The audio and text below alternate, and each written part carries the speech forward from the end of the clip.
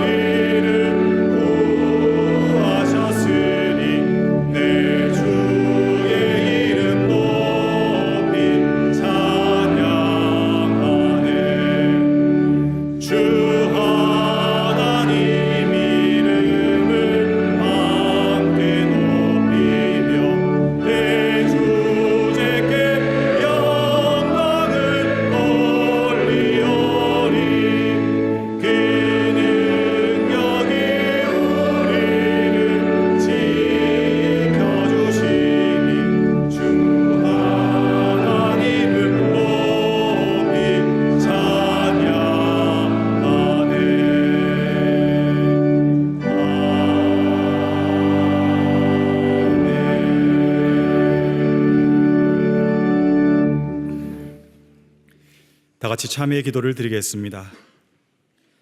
자비로우신 하나님, 저희는 스스로를 가릴 무화과 잎을 찾으며 주를 의지하지 않았습니다.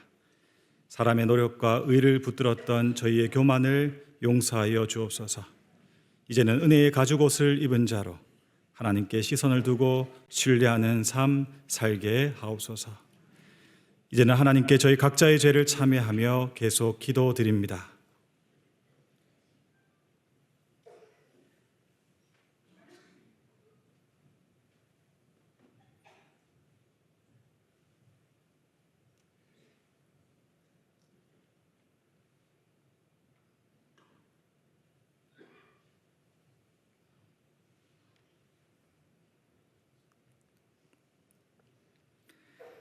하나님께서는 자신의 부끄러운 죄를 솔직하게 고백하는 자들에게 말씀하십니다. 만일 우리가 우리 죄를 자백하면 그는 미쁘시고 의로우사 우리 죄를 사하시며 우리를 모든 불의에서 깨끗하게 하실 것이요. 아멘. 이제 사도신경으로 저희의 신앙을 고백하오니 나는 전능하신 아버지 하나님 천지의 창조주를 믿습니다. 나는 그의 유일하신 아들 우리 주 예수 그리스도를 믿습니다. 그는 성령으로 잉태되어 동정녀 마리아에게서 나시고 본디오 빌라도에게 고난을 받아 십자가에 못 박혀 죽으시고 장사된 지 사흘 만에 죽은 자 가운데서 다시 살아나셨으며 하늘에 오르시어 전능하신 아버지 하나님 우편에 앉아 계시다가 거기로부터 살아있는 자와 죽은 자를 심판하러 오십니다. 나는 성령을 믿으며 거룩한 공예, 성도의 교제와 죄를 용서받는 것과 몸의 부활과 영생을 믿습니다. 아멘. 자리에 앉으시기 바랍니다. 다 함께 성시를 교독하겠습니다. 성시는 교독문 55번 시편 127편입니다. 여호와께서 집을 세우지 아니하시면 세우는 자의 수고가 헛되며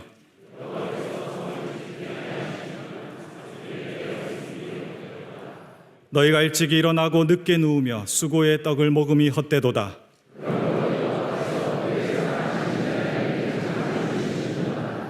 보라, 자식들은 여호와의 기업이요 젊은 자의 자식은 장사의 수중의 화살 같으니 그들이 성문에서 그들의 원수와 담판할 때에 수치를 당하지 아니하리로다. 아멘.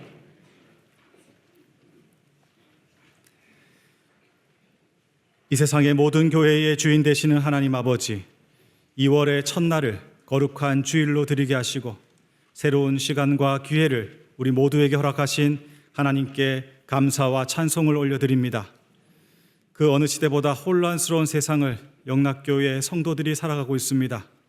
누가 이웃이며 누가 원수인지 목자와 도둑이 분별되지 않고 오랜 전통과 가치가 변하거나 무너져 내리며 익숙하지 않고 때로는 받아들이기 어려운 새로운 질서들이 물밀듯이 밀려오고 있습니다.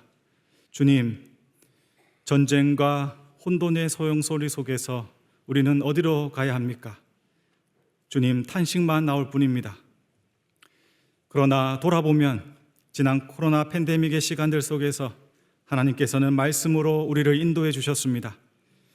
김은성 담임 목사님의 말씀을 통해 영락의 모든 권속들이 이 시대의 출애굽 여정을 시작하게 하셔서 말씀을 따라 행진하며 거룩한 산에 오르고 비상하게 하셔서 이제는 생명의 복음으로 춤추는 영광스러운 자리까지 인도하신 하나님의 경륜과 섭리에 찬송과 영광만을 돌려드릴 뿐입니다.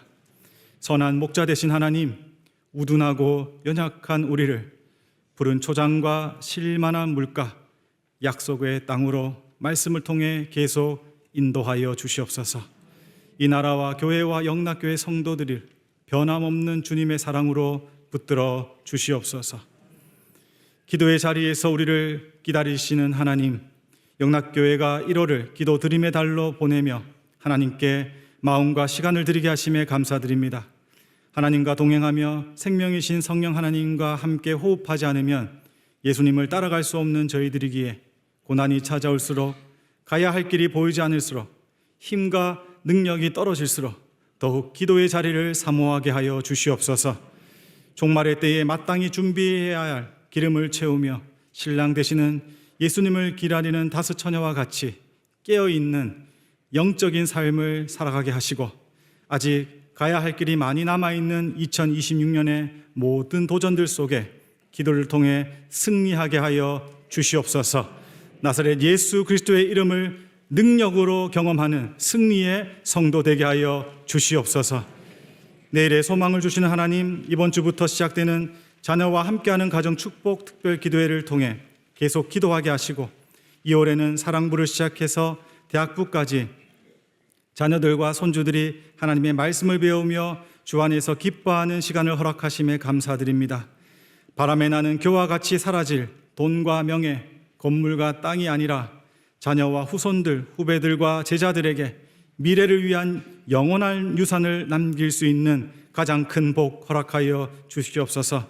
영락교회가 영락교회로만 머무르지 않고 수많은 교회를 개척하고 세워왔듯이 영락교회 성도들의 삶을 통해 진리의 말씀을 따라 하나님을 나라를 세워가는 이 나라 이민족 인류의 동량지계가 끊임없이 배출되게 하여 주시옵소서. 이제 말씀을 듣는 시간입니다. 새해를 시작하며 복음의 말씀을 듣습니다. 하나님의 진노 아래 있는 불의한 인생들을 아드님이신 예수 그리스도를 통해 용서하신 그 말할 수 없는 은혜의 선포가 우리의 죽은 심령을 살리고 막힌 인생을 뚫어내는 능력으로 나타나게 하여 주시옵소서. 김은성 담임 목사님의 입술을 통해 하나님의 말씀이 생명으로 선포될 때에 모세를 통해 이루셨던 출애굽의 구원의 역사가 이 나라 이 민족 그리고 우리 교회 우리 한 사람 한 사람 가운데 있게 하여 주시옵소서.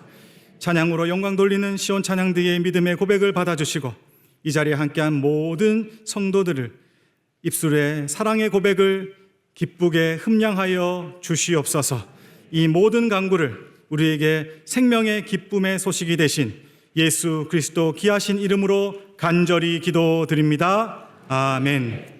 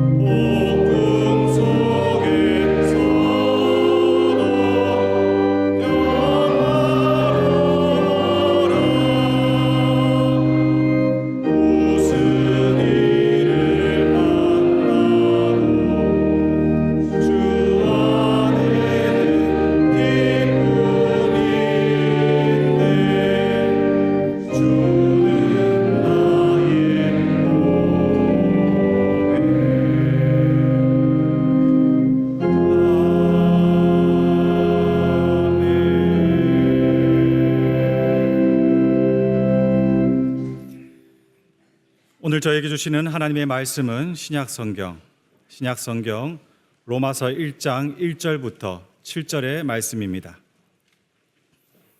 로마서 1장 1절부터 7절까지의 말씀입니다. 하나님의 말씀을 봉독합니다. 예수 그리스도의 종 바울은 사도로 부르심을 받아 하나님의 복음을 위하여 택정함을 입었으니 이 복음은 하나님이 선지자들을 통하여 그의 아들에 관하여 성경에 미리 약속하신 것이라.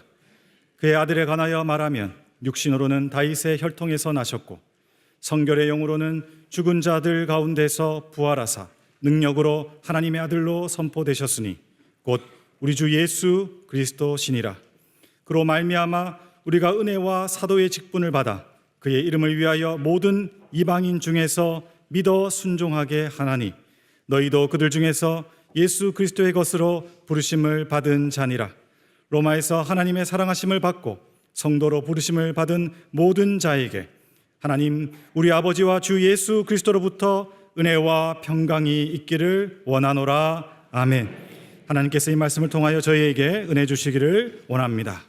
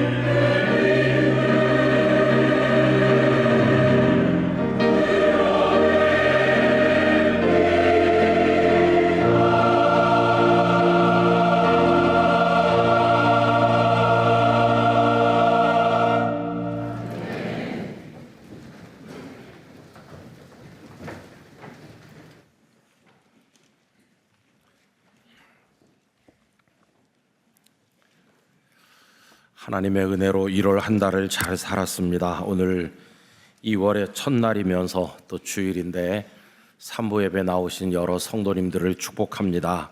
하나님의 은혜가 함께 하시기를 간절히 기원합니다. 병상에 계신 교우님들에게도 해외에 또 군 복무에 흩어져 계신 모든 영락의 성도들에게 하나님의 은총을 기원하고 한 달 동안 여러분들의 가정이 평강하시기를 바랍니다. 또 우리 교회 오늘 방문하신 분들, 새로 오신 분들 모두에게 하나님의 특별하신 사랑의 손길이 함께 하시기를 기원합니다.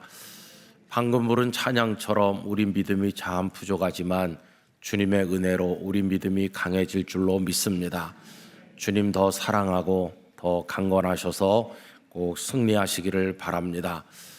또 첫 주일이 되어서 만남지도 나왔는데 다 받아가셔서 보시고요. 교회를 위해 기도해 주시기를 바랍니다.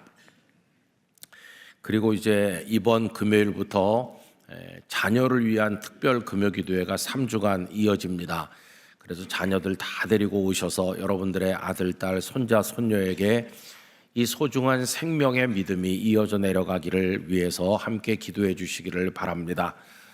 또 그 주보에 보면 나라를 위한 기도 모임이 하나 소개되어 있는데 요새 국민들은 잘 모르지만은 종교단체도 해산하겠다 그런 법이 위험한 법이 지금 계류되고 있고 또 아기가 태어나지 않아서 걱정인 대한민국 한쪽에서는 낙태를 마음대로 하게 하겠다 그런 법이 통과 직전에 와 있습니다.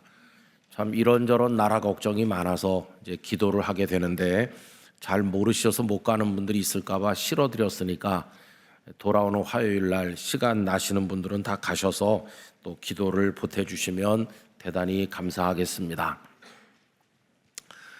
저한테 손님이 방문하셔가지고 조금 컨디션이 안 좋은데 그 손님 이름이 감기라고 근데 아마 금방 갈 것 같아요. 오래 안 있고 제가 목소리가 좀 탁해도 여러분 이해해 주시기 바랍니다. 오늘은 예수님 제자 베드로를 중심으로 좀 얘기해 보려고 하는데요. 그분의 본래 이름은 시몬입니다. 그리고 직업은 갈릴리의 어부죠. 근데 우리는 어부 그러면 조금 이렇게 낮추어 보는 경향이 있는데 갈릴리 어부는 썩 괜찮은 직업입니다. 왜 그러냐 하면 이 갈릴리에서 물고기 잡는 게 아무나 마음대로 하는 게 아니고 어떤 자료를 보면 당국에서 이렇게 조절을 하고 어회권을 어떤 사람에게 준 것 같습니다. 그런 어로 작업을 할 수 있는 권리도 있고 또 자기 소유의 배를 가지고 있다 그러면 상당히 안정된 사람이죠. 여러분 성지순례 가셔서 가버나움에 가보신 분들은 여기가 베드로가 살던 집터입니다. 이렇게 소개하는 곳이 있는데 생각보다 상당히 큰 것을 볼 수 있어요. 여유 있게 살았구나 그런 생각이 들기도 하더라고요. 또 거기다 그는 결혼도 했습니다. 자녀가 있었는지는 잘 모르겠지만은 그의 장모께서 열병에 걸렸을 때 예수님께서 낫게 하신 걸 보면 결혼했었다는 것을 알 수 있죠. 이런 정도의 환경을 가진 남자라면 그의 삶이 어떻게 전개됐을까 우리가 짐작을 할 수 있죠. 그는 안정된 삶을 살면서 가족들과 함께 행복했을 겁니다. 그리고 물고기 많이 잡아서 여유롭게 살고 회당에도 열심히 가서 기도도 하고 다른 유대인 남자들처럼 평범하지만 안정된 삶을 살았을 겁니다. 그런데 여러분 그렇게 예상되는 그의 삶에 예측되는 어떤 그 모습이 있잖아요. 근데 성경을 읽어보면 그의 삶은 그렇게 되질 않았어요. 우리가 예상하는 그런 궤적을 따라 살아간 게 아니고 전혀 다른 인생을 그가 살게 됐어요. 만약에 그에게 가까운 친구가 있었는데 그 친구가 그를 보면 얼마나 놀랐겠어요. 어느 날 보니까 그가 더 이상 갈릴리에 살고 있지 않다. 어디로 갔나 했더니 요새 예루살렘에 가서 있다. 아니 예루살렘은 근거가 전혀 없는 곳인데 어떻게 거기가 있을까? 그래서 만났더니 과거의 친구가 아닌 것이죠. 그물을 깁고 물고기를 잡기 위해 준비하는 그런 친구는 온데간데 없이 사라지고 많은 사람들 앞에 서 있는데 뭔가 불을 뿜듯이 이야기를 쏟아내고 있는데 아니 저 친구가 어떻게 저렇게 됐지? 그런데 그 하는 얘기를 들어보면 유대 지도자들이 제일 싫어하는 이야기를 하고 있는 겁니다. 저러다 큰일 날 텐데 이렇게 걱정하는데 이게 웬일입니까? 참 이상하게도 그의 말을 듣는 사람들이 다 찔림을 받고 와서 그 앞에 머리를 조아리면서 어떻게 하면 좋겠는가 이러는 겁니다. 여러분 사도행전 2장 37절에 보면 그들이 이 말을 듣고 마음에 찔려 베드로와 다른 사도들에게 물어 이르되 형제들아 우리가 어찌할꼬 하거늘. 그는 자신도 전혀 다른 방향으로 살고 있을 뿐만 아니라 자신의 말을 듣는 사람들도 달라지게 하는 그런 일을 하고 있었다는 겁니다.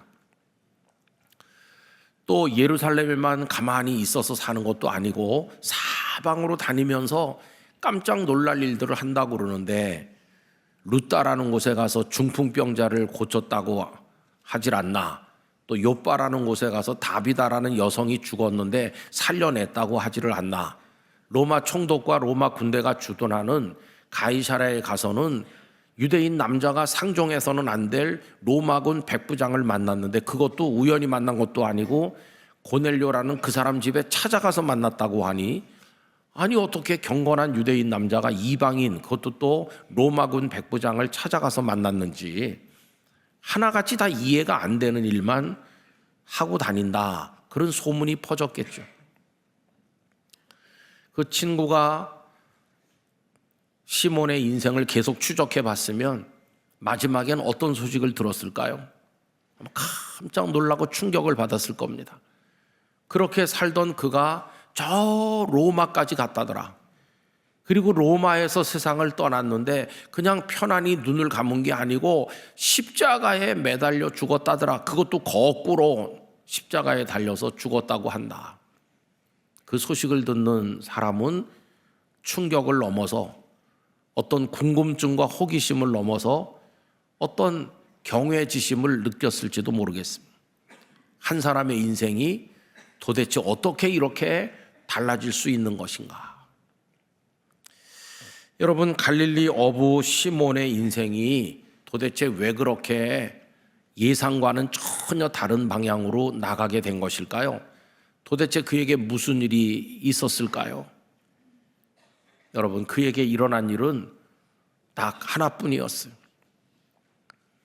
이 어부 시몬의 인생에 뭔가가 하나 더해진 것이었어요. 도대체 뭐가 더해졌나? 그게 물건이 아니었어요. 한 사람이 더해졌는데 그 이름을 예수라고 했어요.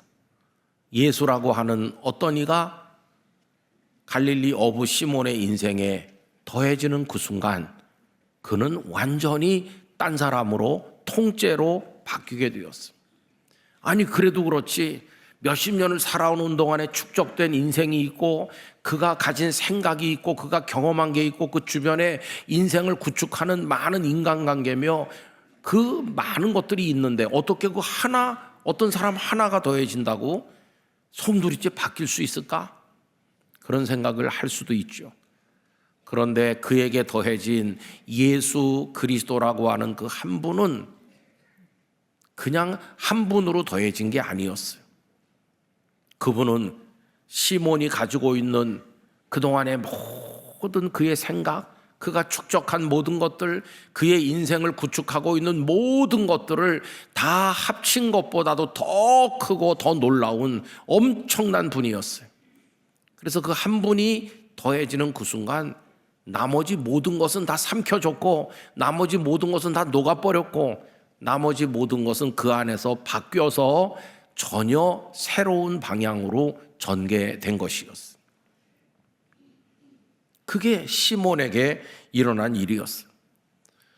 여러분, 그가 예수님을 만나는 순간 우선 이름부터 달라졌어요. 동생 안드레가 자신을 데리고 그분에게로 갔는데 그분을 보자마자 그분이 그에게 한 말이 뭡니까? 네 이름을 바꿀 거라고. 여러분, 요한복음 1장 40절 이하에 보면 이렇죠. 요한의 말을 듣고 예수를 따르는 두 사람 중에 하나는 시몬 베드로의 형제 안드레라. 그가 먼저 자기의 형제 시몬을 찾아 말하되 우리가 메시아를 만났다 하고, 메시아는 번역하면 그리스도라.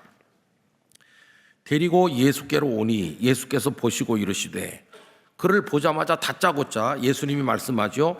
내가 요한의 아들 시몬이니 장차 게바라 하리라 하시니라. 게바는 번역하면 베드로라. 여러분, 자주 말씀드렸지만 우리나라 사람들이 이름을 굉장히 중요하게 여기잖아요. 그 뜻을 많이 따지면서 아이들 이름을 짓는데, 유대인들도 우리랑 비슷해요. 이름을 함부로 짓지 않고 그 의미를 굉장히 중요하게 여깁니다. 성경을 읽다 보시면 어떤 사람 이름의 그 뜻을 설명하는 경우가 많잖아요.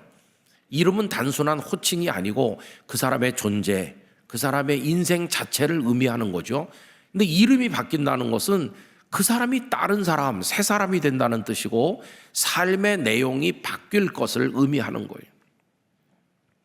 처음 만난 사람에게 당신의 이름이 바뀔 거다, 이거는 어떻게 보면 대단히 모욕적일 수도 있는 거예요. 당신이 뭔데 내 이름이 바뀐다고 하느냐. 근데 예수님은 그의 인생을, 그의 존재를 바꿔주시기로 이미 작정하신 거예요. 그리고 어떻게 달라졌습니까? 여러분, 그의 인생의 목적도 달라졌는데, 그의 목적은 물고기 많이 잡아서 행복하게 사는 거잖아요. 그런데 그는 물고기 잡는 어부가 아니라 예수님을 통해서 사람 낚는 어부라고 하는 목적이 달라졌어요.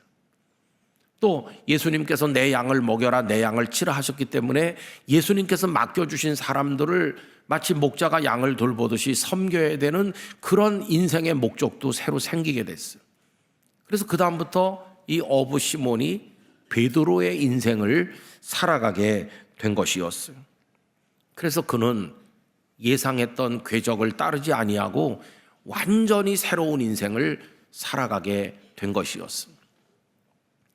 예수님이 더해진 결과였어요. 성도 여러분, 우리는 어떨까요?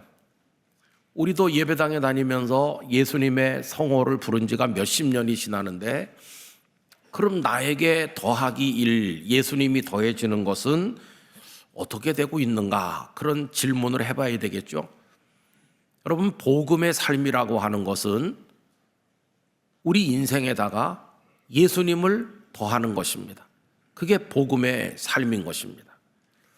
하나님의 아들이신 예수 그리스도께서 우리에게 더해지는 것, 그때부터 복음의 삶이 시작되는 겁니다. 여러분, 복음이 뭡니까? 복음은 곧 예수 그리스도, 그분이 복음입니다. 우리가 이 로마서 1장의 말씀을 지금 몇 주째 반복하고 있는데, 그 중에 2절 말씀을 매주 읽었죠. 오늘도 2절을 다 같이 읽으려고 합니다. 함께 읽겠습니다. 이 복음은 하나님이 선지자들을 통하여 그의 아들에 관하여 성경에 미리 약속하신 것이라. 여러분, 거기 잘 보시면요, 이 복음은 누구에 관한 것입니까? 그의 아들에 관한 거예요. 그가 하나님이라는 거 아시죠? 복음은 하나님의 아들, 누구시죠? 예수 그리스도, 우리 주님에 관한 게 복음이에요. 여러분, 복음이 뭐냐?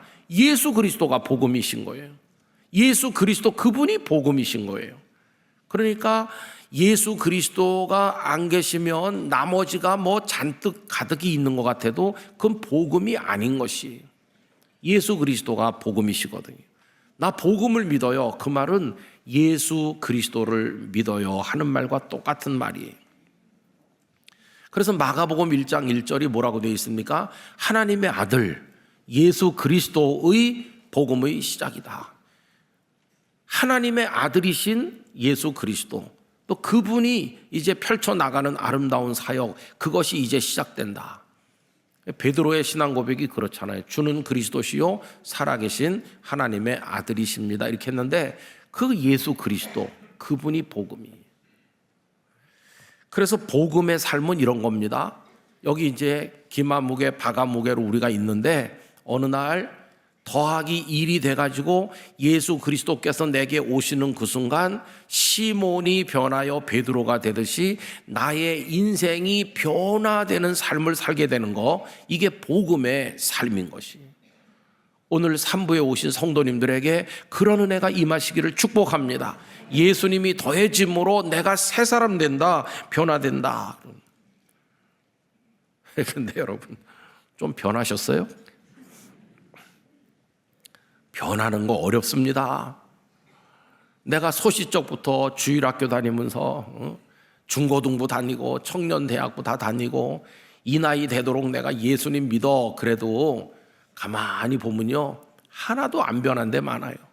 그 불같은 성질, 그 못된 거 그냥 남아있는 사람 많아요. 교회에서 할렐루야 그리고 집에 가서 소리 지르는 남자도 많고 안 변한 사람 많아요. 전부 자기 중심적으로 아휴 겸손한 척 하는데 교만하고, 사람이 소탈한 것 같은데 욕심이 많고, 그런 거 하나도 잘 변하질 않아요. 좀 변하셨는지는 저는 질문만 하는 거고 답은 각자 해보시기 바래요.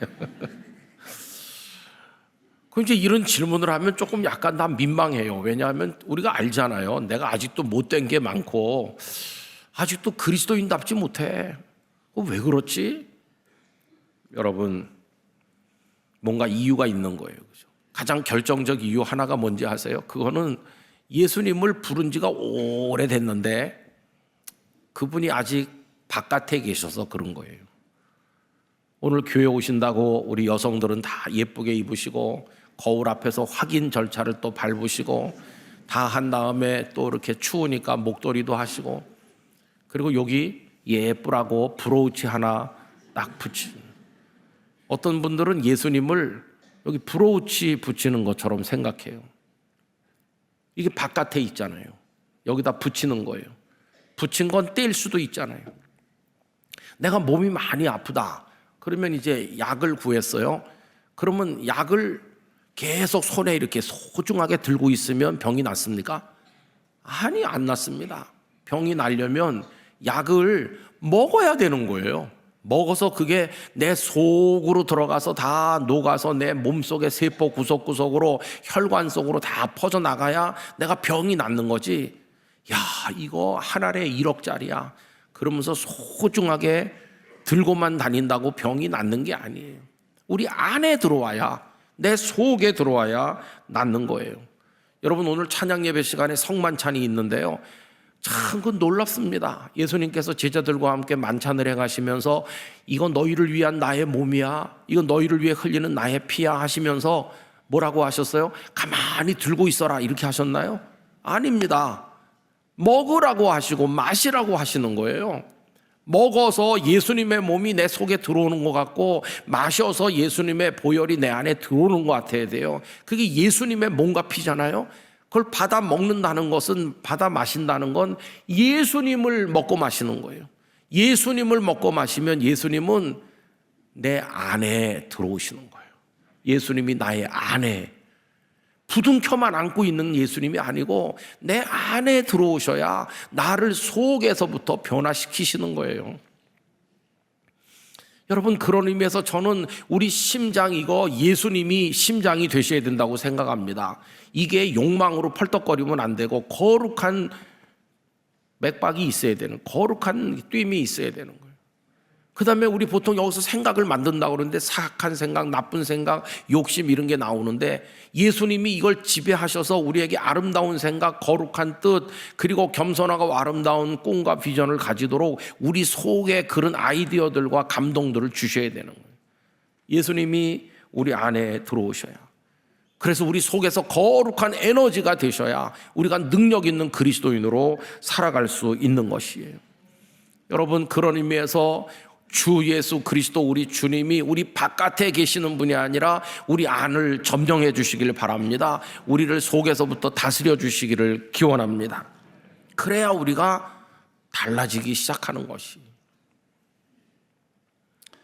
근데 여러분, 몇십 년 했는데 아직도 안 되네, 그렇게 너무 낙심하지 마세요. 그렇게 쉽고 간단한 건 아니거든요.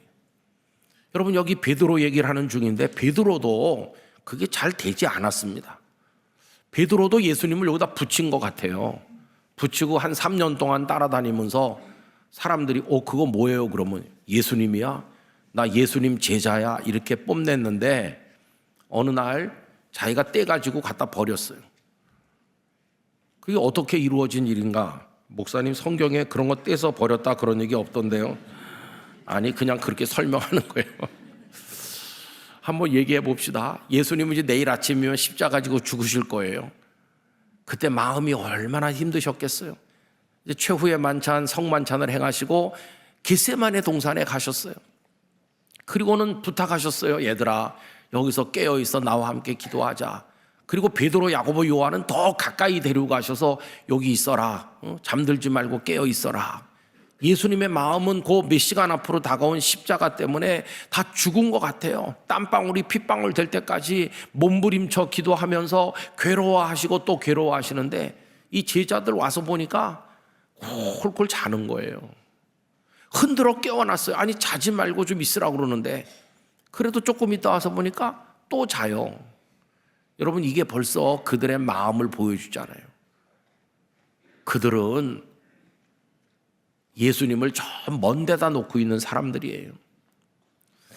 여러분 이런 예를 들어보겠습니다. 한 서너 시간 있다가 내 아들이 수술을 받는다. 그런데 저 어린 녀석이 받는 수술은 의학적으로 희망이 별로 없는 수술이고 안 할 수 없어서 하긴 하지만 살아서 나올 가능성이 별로 없어. 그런 지경에 지금 내가 그 아이의 아빠, 엄마라고 해봅시다. 그러면 아직도 5시간 남았네. 한잠 잘까? 잠이 오겠어요? 잠이 오면 정상이 아니죠. 그 아이를 사랑하는 부모라면 아무리 옆에서 좀 한잠 자라고 그래도 잠이 안 오죠. 어떻게 자겠어요? 근데 지금 이 제자들은 예수님이 곧 십자가에 달리실 텐데 자고 있는 거예요. 그들에게 뭐가 중요합니까? 예수님의 십자가 지는 것 따위는 중요하지도 않고 당장 자기가 피곤해서 한잠 자는 게 중요한 거예요. 얼마나 예수님과의 마음의 거리가 멀리 있습니까? 예수님이 그들 속에 계시지 않은 증거입니다.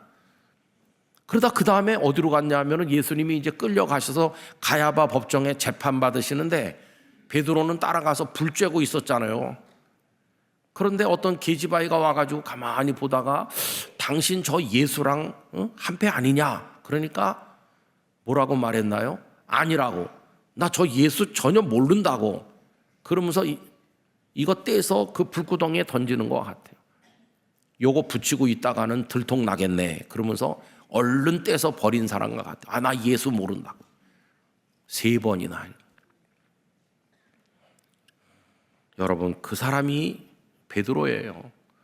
아니 예수님을 3년이나 따라다녀도 그럴 수도 있는 거죠. 예수 그리스도가 그 안에 계시지 않으면 여기 붙이고 다니면 100년을 붙이고 다녀도 언제 떼서 버릴지 모르니까 그건 변화되는 삶이 아니에요. 그런데 아까 서두에 말씀드린 것처럼 그는 계속 그렇게 있진 않았어요. 나중엔 다 정말 편해서 예수님의 사람으로 바뀌었잖아요. 아니 이거 예수님 모른다고까지 말하던 사람이 어떻게 그렇게 됐을까? 대답이 간단해요.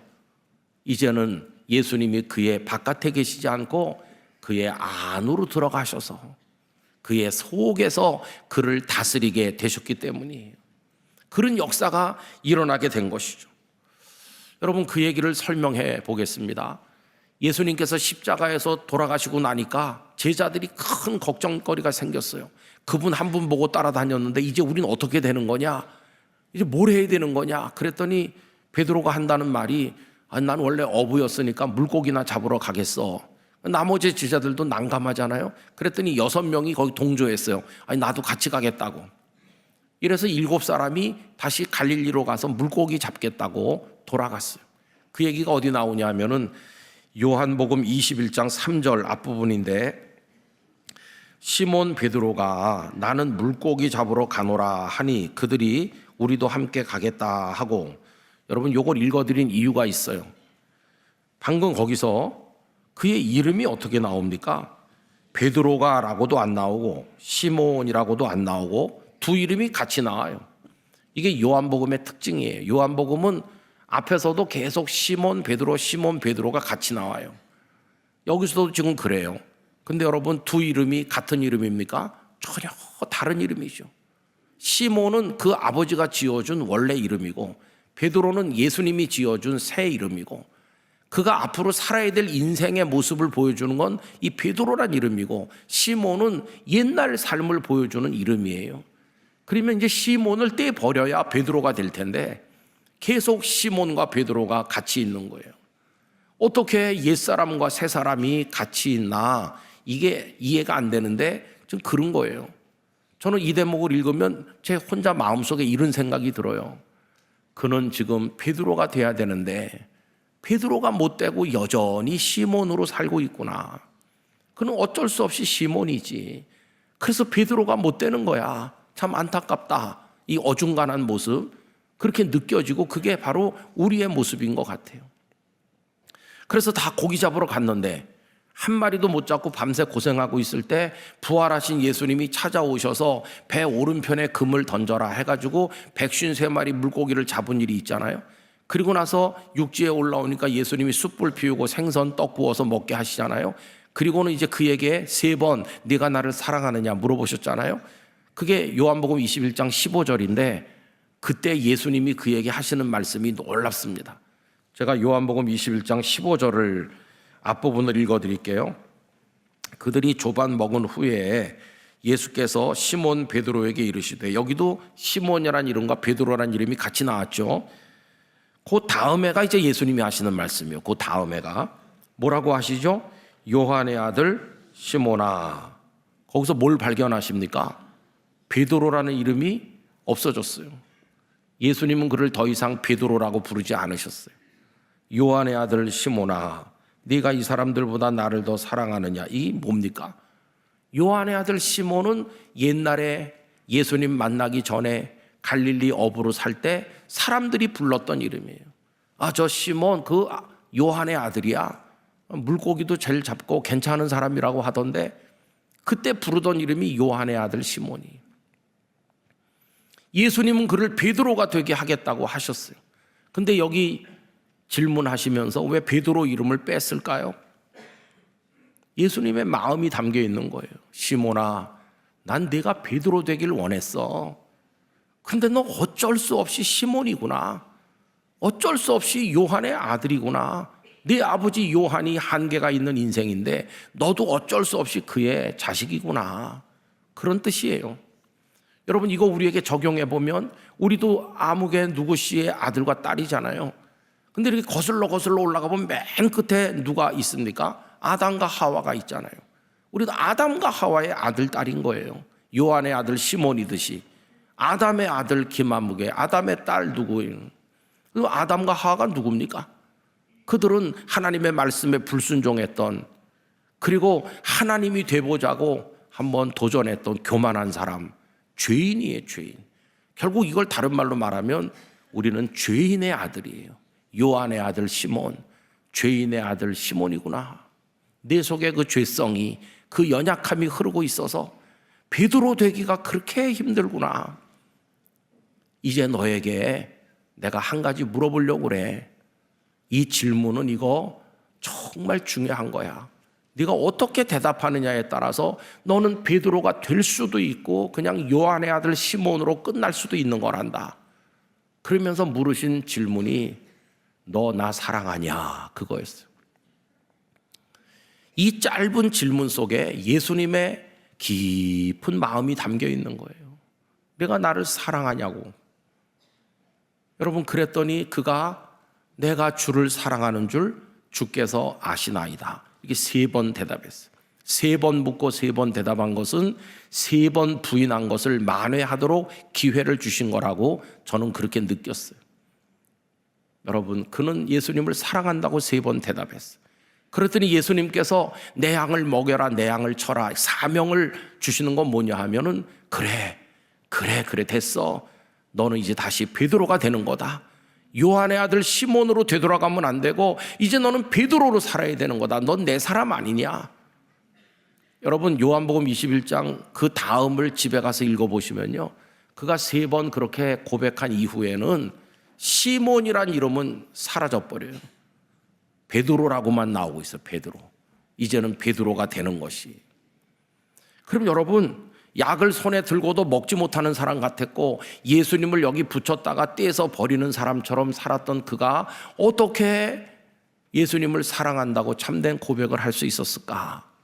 그건 예수님이 그의 안으로 들어가셨기 때문이에요. 그 전까지는 예수님이 바깥에 계셨는데 이제는 그 안으로 들어가셨어요. 그럼 어떻게 예수님이 안에 들어가셨을까요? 이렇게 설명하면 아주 쉬워요. 약을 먹긴 먹어야 되겠는데 빨리 삼켜. 이걸 어떻게 삼켜? 못 삼켜.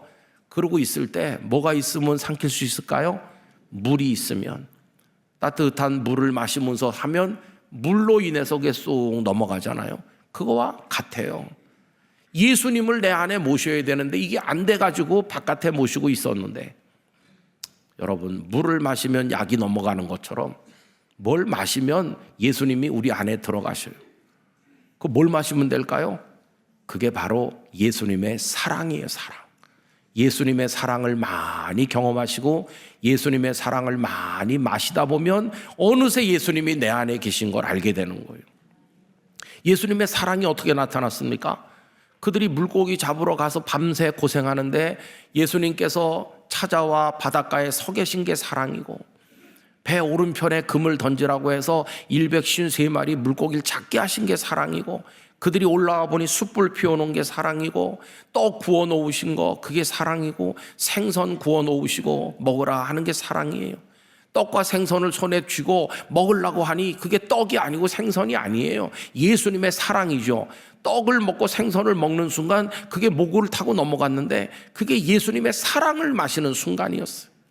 그러면서 이렇게 좋으신 분, 나는 3번이나 모른다고 했는데 나 같은 걸 또 찾아와 주신 이 사랑이 많으신 주님을 어떻게 내가 배신했을까? 한 번만이라도 기회를 주신다면 다시는 내가 이분 버리지 않을 텐데, 생명이라도 내놓을 텐데 기회가 있을까요? 그러고 있는데 주님이 너 나 사랑하냐? 이렇게 물으신 거예요. 그래서 그때 드린 내가 주를 사랑하는 줄 주께서 아시나이다. 그 대답은 억지로 한 대답이 아니라 속에 주님이 충만하셔서 그 사랑을 마셨기 때문에 감격으로 드리는 고백이었어요. 그는 그렇게 예수님이 바깥에 계시지 않고 안에 계시는 사람으로 바뀌었어요. 저는 우리 영락교회 성도님들도 여러분 속에 예수님 계시기 바랍니다. 깊은 곳에 예수님 계시길 바랍니다. 그래야 그 예수님 우리 안에서 우리의 못된 성정을 다스리시고 우리를 감동하시고 우리를 변화시켜 하나님의 살아온다운 삶을 살도록 만들어 주시는 것이에요. 겉으로 보면 잘 모를 거예요. 출근도 하고 아이들도 키우고 겉으로 보면 똑같아 보여도 이제는 자식을 키우는 목적이 다르고, 회사에 출근하고 일하고 돈을 받는 목적이 다르고, 살아가는 이유가 다르고 다 달라지는 거예요. 왜? 그분이 우리 안에 계시기 때문이에요. 여러분, 그렇게 살다가 사랑하는 분들이 다 떠나요. 부모님도 떠나시고 남편도 아내도 가고 내 자녀들을 이별하고 내가 떠날 때가 되는데 단독자로 고독하게 서요. 그러나 우리는 한 번도 어느 순간도 혼자인 적이 없습니다. 왜 그러냐 하면 주께서 우리 안에 계시기 때문이에요. 그래서 우린 새로운 사람이 되는 것이에요. 내게 더해지신 그분 한 분으로 인하여 2000년 전에 저 베들레헴 마구간에 한 아기가 태어나셨어요. 그 아기의 탄생은 그냥 지구촌에 많은 사람이 이미 있는데 더하기 1 해가지고 한 사람이 더 늘었구나, 그게 아니었어요. 그 한 분이 더해지시는 그 순간 이 지구촌에는 놀라운 일이 일어났어요. 죽음의 세상에 생명이 임하게 된 것이에요. 멸망에 없어져 버릴 이 땅의 나라에 속해 사는 사람들에게 영원한 나라, 하나님 나라가 도래하는 것이었어요. 소망 없이 살던 사람에게 참 소망이 임하는 순간이었어요. 자기밖에 모르던 사람들이 남을 위해 헌신하고 자기 걸 나눠주기도 되고, 거룩한 목적을 위해 생명을 내놓는 사람도 나타났어요. 사울이 바울 된 거, 바울의 인생에 예수님이 더해져서 일어난 놀라운 역사였어요. 그런 아름다운 일이 예수님으로 인하여 일어나게 되는 것이에요. 우리 교회 올해 표어가 복음의 능력으로 춤추는 교회인데 그런 춤추는 아름다운 삶은 어떻게 가능한가? 복음이신 예수 그리스도께서 내 바깥에 계시게 놔두면 안 되고 그분을 내 안에 모심으로써 그러려면 예수님의 사랑을 많이 받아 마셔야 되는 것이에요. 여러분 주님의 사랑을 사모하시기 바랍니다. 주님 사랑 많이 받으시기 바랍니다. 그러다 보면 어느새 예수님이 내 안에 계셔요. 나와 하나가 되어 계신 거예요. 주님의 생각이 내 생각이 되고 그분이 원하는 게 내가 원하는 게 되고 아, 내가 변하는구나, 거룩해지는구나. 그리고 나중에 그분과 함께 영원한 생명의 나라에 이르게 될 것입니다. 그런 아름다운 삶이 이루어지시기를 축복합니다. 거룩하신 아버지 하나님, 예수 그리스도께서 저희에게 더하여 주심으로 저희 모든 게 변하여 주님의 사람으로 살아가는 생명의 역사, 복음의 삶이 있게 하여 주시옵소서. 예수님의 이름으로 기도하옵나이다. 아멘.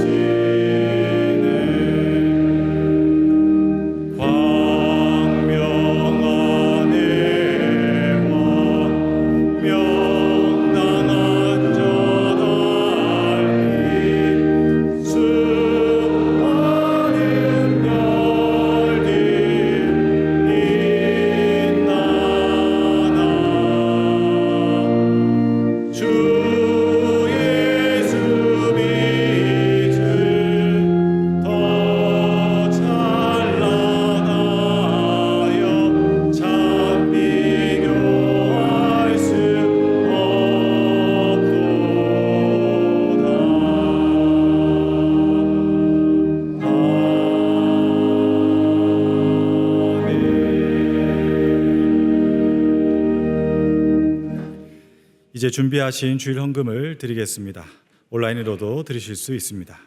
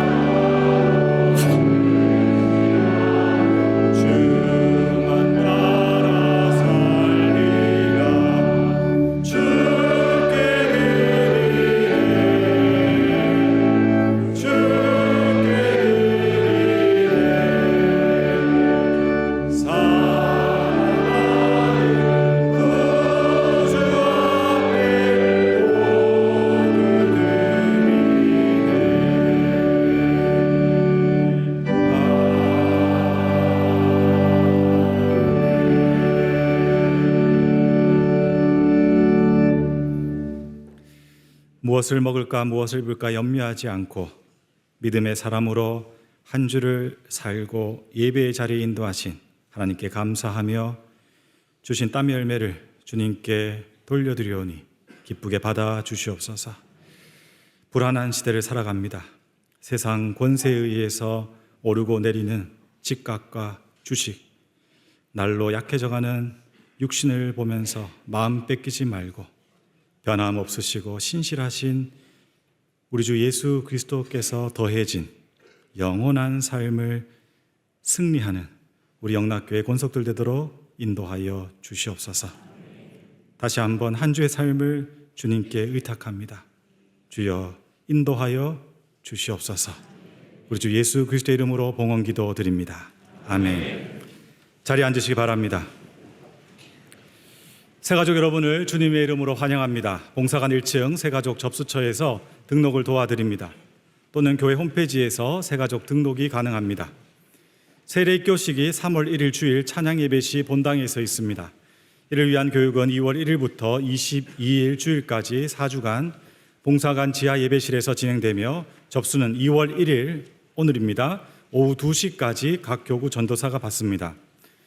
오늘 찬양 예배 시 성찬식이 있습니다. 기도로 준비하시기 바랍니다. 2월 7일 토요일 오전 6시 30분 영락가족 특별 새벽 기도회가 있습니다. 자녀와 함께하는 가정 축복 특별 금요 기도회가 2월 6일, 13일, 20일 3주에 걸쳐 오후 7시 30분에 본당에서 진행됩니다. 평생대학에서 반별 성경 공부와 취미활동반을 섬겨주실 교사를 모집합니다. 주보에 기재된 연락처 또는 각 교구 전도사에게 문의 바랍니다. 입학 원서 접수는 오늘 오후 4시에 마감합니다. 별세자 소식입니다. 중구 용산교구 43구역 김병훈 원로 장로님께서 미국에서 별세하셨습니다. 고인은 김두영 은퇴장로님의 부친이 되십니다. 2월 1일 주일 오후 6시 영락교회 성교관에서 위로 예배가 있습니다. 노원교구 23구역 신봉연 성도님께서 별세하셨습니다. 고인은 신혜수 집사님의 부친이 되십니다. 2월 2일 월요일 오전 8시 서울 성모병원 장례식장에서 장례 예식이 있습니다. 고양 파주교구 19역 허봉이 은퇴 집사님께서 별세하셨습니다. 2월 2일 월요일 오전 8시 30분 일산병원 장례식장에서 장례 예식이 있습니다. 서대문 은평교구 44구역 김현숙 은퇴 권사님께서 별세하셨습니다. 2월 2일 월요일 오전 9시 30분 영락동산에서 장례 예식이 있습니다. 슬픔을 당하신 유가족들에게 하나님의 위로가 함께 하시기를 바랍니다. 이 시간 함께 암송할 2월 말씀은 구약성경 스바냐 3장 17절, 구약성경 스바냐 3장 17절입니다. 너의 하나님 여호와가 이렇게 시작합니다. 다 함께 암송합니다. 너의 하나님 여호와가 너의 가운데에 계시니 그는 구원을 베푸실 전능자이시라. 그가 너로 말미암아 기쁨을 이기지 못하시며 너를 잠잠히 사랑하시며 너로 말미암아 즐거이 부르며 기뻐하시리라 하리라. 스바냐 3장 17절 말씀. 아멘. 다 같이 일어나셔서 앞뒤 좌우에 계신 분들과 인사 나누겠습니다. 예수님이 더해지면 모든 것이 변합니다.